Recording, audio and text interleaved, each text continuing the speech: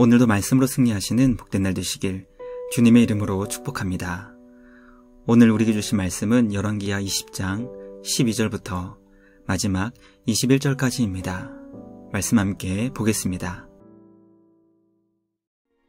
그때 발라단의 아들 바벨론의 왕 브로닥 발라단이 히스기야가 병들었다 함을 듣고 편지와 예물을 그에게 보낸지라.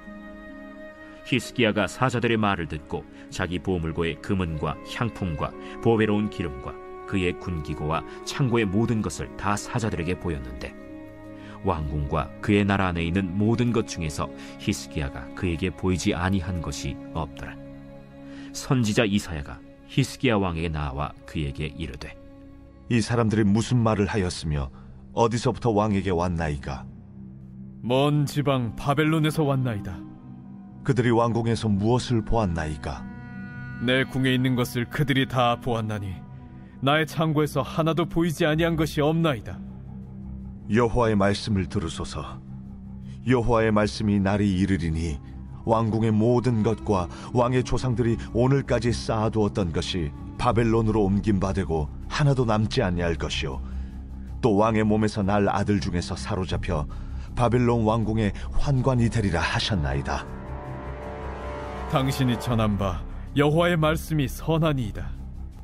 만일 내가 사는 날에 태평과 진실이 있을진데 어찌 선하지 아니하리요. 히스기야의 남은 사적과 그의 모든 업적과 저수지와 수도를 만들어 물을 성 안으로 끌어들인 일은 유다 왕 역대 지략에 기록되지 아니하였느냐.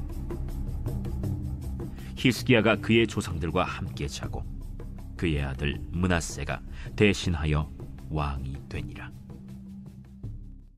말씀의 제목은 누구를 의지해야 하는가입니다. 남유다 역사 가운데 누구보다 하나님을 가장 의지했다고 평가받았던 히스기야였지만 무시무시한 대군을 이끌고 유다를 집어삼키려고 했던 아수르 앞에서 그는 영적인 판단이 흐려지게 되었습니다. 죽을 병에서 회복된 히스기야를 축하하기 위해 바벨론의 사절단이 유다를 방문하였고, 그들이 보내온 예물에 마음이 빼앗긴 히스기야는 그들에게 왕궁에 있는 모든 것을 보여주며 동맹을 제안했습니다. 바벨론을 의지하려 했던 히스기야를 향해 하나님은 이사야 선지자를 보내셨고, 바벨론을 의지하려고 했던 그의 어리석은 판단과 결정으로 인해 왕궁의 모든 것이 빼앗기게 되고 그의 아들들 가운데 바벨론의 내시로 끌려가게 된다는 무시무시한 심판의 말씀을 전하게 하셨습니다. 오늘 우리에게 주신 말씀을 통해 우리는 지금 과연 누구를 의지하고 있고 우리는 누구를 의지해야 하는지 깨닫게 됩니다. 말씀 묵상을 통해 하나님만을 의지하여 우리 주님만이 주실 수 있는 참된 평안과 안식을 누릴 수 있는 우리 모두가 되길 주님의 이름으로 간절히 기도합니다. 첫째, 히스기야는 바벨론의 사절단과 예물을 기뻐하였고 그것에 마음이 빼앗겨 동맹을 제안했습니다. 히스기야는 죽을 병이 걸렸지만 주님의 놀라운 은혜와 사랑으로 인해 15년이라는 생명을 더 얻을 수 있었습니다. 그럼에도 불구하고 아수르의 공격은 여전히 계속되고 있었고 남유다를 집어삼키려 했던 그들의 살기 앞에 두려워하고 있었습니다. 바벨론은 히스기야가 죽을 병이 걸렸다가 다시 회복되었다는 소식을 듣고 사절단을 파견하여 축하 예물을 전달했습니다. 회복한 히스기야에게 바벨론이 먼저 협력 관계를 제안했던 것입니다. 히스기야는 그들의 축하 예물을 기뻐하였고 그것에 마음이 빼앗겨 왕궁에 있는 모든 것들을 다 보여주며 그들의 동맹 제안을 거절하지 않고 받아들였습니다. 우리는 히스기야가 아수르로 인해 공격받고 있던 어려운 상황 가운데 그들에게 동맹의 손을 내밀었던 바벨론의 제안을 주님의 뜻을 구하지 않고 허락했다는 것을 보게 됩니다. 나라와 나라가 동맹을 맺는다는 것은 결코 쉬운 결정이 아닙니다. 주님이 그것을 기뻐하시는지 또 그것이 하나님의 말씀에 불순종하는 것은 아닌지 신중하게 판단하고 결정해야 했음에도 불구하고 영적인 판단이 흐려진 히스기야는 하나님을 의지하면서도 동시에 바벨론의 힘을 의지하려고 했다는 것을 보게 됩니다. 우리는 히스기야의 어리석은 선택과 결정을 보며 무엇을 결정하는 데 있어 주님의 지혜와 뜻을 구하는 것이 얼마나 중요한 것인지 깨닫게 됩니다. 무엇을 조급하게 결정하지 않는 우리 모두가 되길 소망합니다.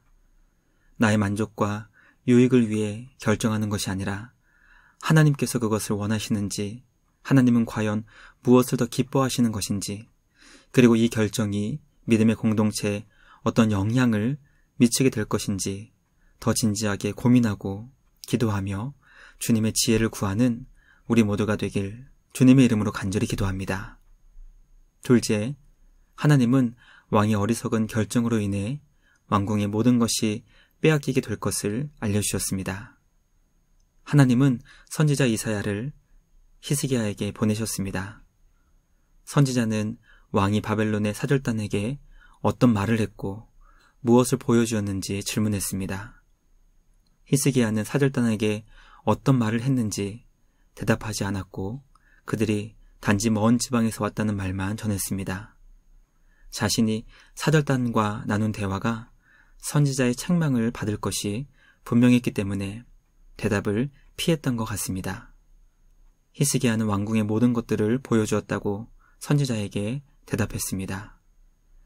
이사야 선지자는 하나님께서 왕의 행동을 기뻐하지 않으셨고 그의 어리석은 판단과 행동으로 인해 왕궁의 모든 것이 빼앗기고 그의 아들 가운데 바벨론의 내시로 사로잡혀 가게 된다는 주님의 엄중한 심판의 말씀을 전했습니다. 열왕기하는 한 사람의 영향이 얼마나 큰지 가르쳐주고 있습니다.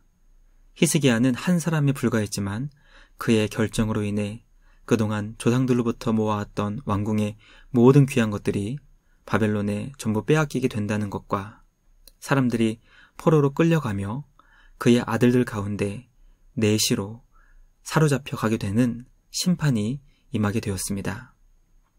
예수님의 십자가 사건으로 인해 모든 주님의 자녀들이 구원을 얻을 수 있었던 것처럼 히스기야 한 사람으로 인해 나라에 큰 위기가 임했다는 것을 묵상하게 됩니다. 나 한 사람쯤이야 생각하는 어리석은 생각을 하는 것이 아니라 나라는 존재가 나라와 민족 앞에 믿음의 공동체 앞에 얼마나 귀하고 중요한 존재인지 깨달아 날마다 주님의 지혜를 찾고 구할 수 있는 우리 모두가 되길 주님의 이름으로 간절히 기도합니다. 마지막 셋째, 히스기야는 심판의 말씀 앞에 선하시고 인자하신 주님께 감사하며 찬양했습니다.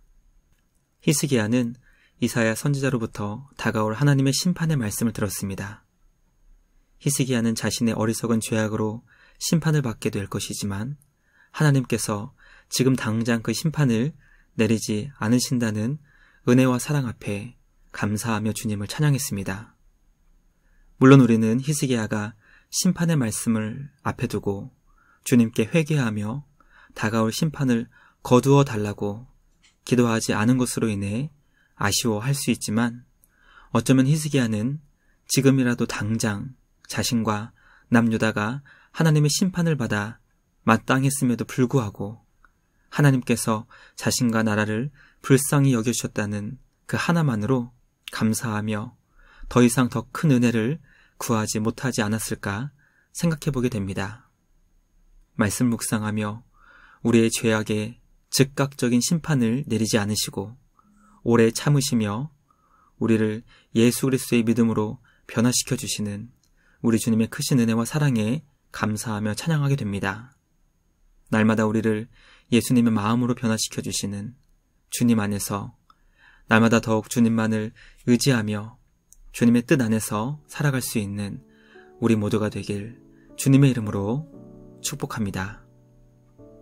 묵상을 마치며 함께 기도하겠습니다. 하나님 아버지 감사합니다. 오늘 우리에게 주신 말씀을 통해 우리는 과연 누구를 의지하고 있는지, 누구를 의지하려고 하는지 돌아보게 하시니 감사합니다. 언제나 우리를 도우시는 하나님 안에서 강하고 담대하게 하시고 하나님이 아닌 다른 것을 의지하려 하는 우리 어리석음을 용서하여 주시옵소서. 우리의 마음과 생각이 날마다 더욱더 굳센 믿음으로 변화되기 원합니다.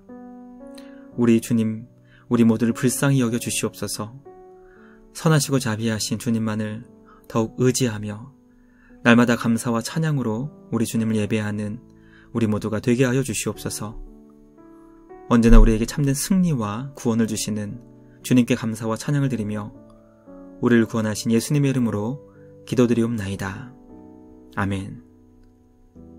오늘도 주님과 함께 말씀으로 승리하시는 복된 날 되시길 주님의 이름으로 축복합니다.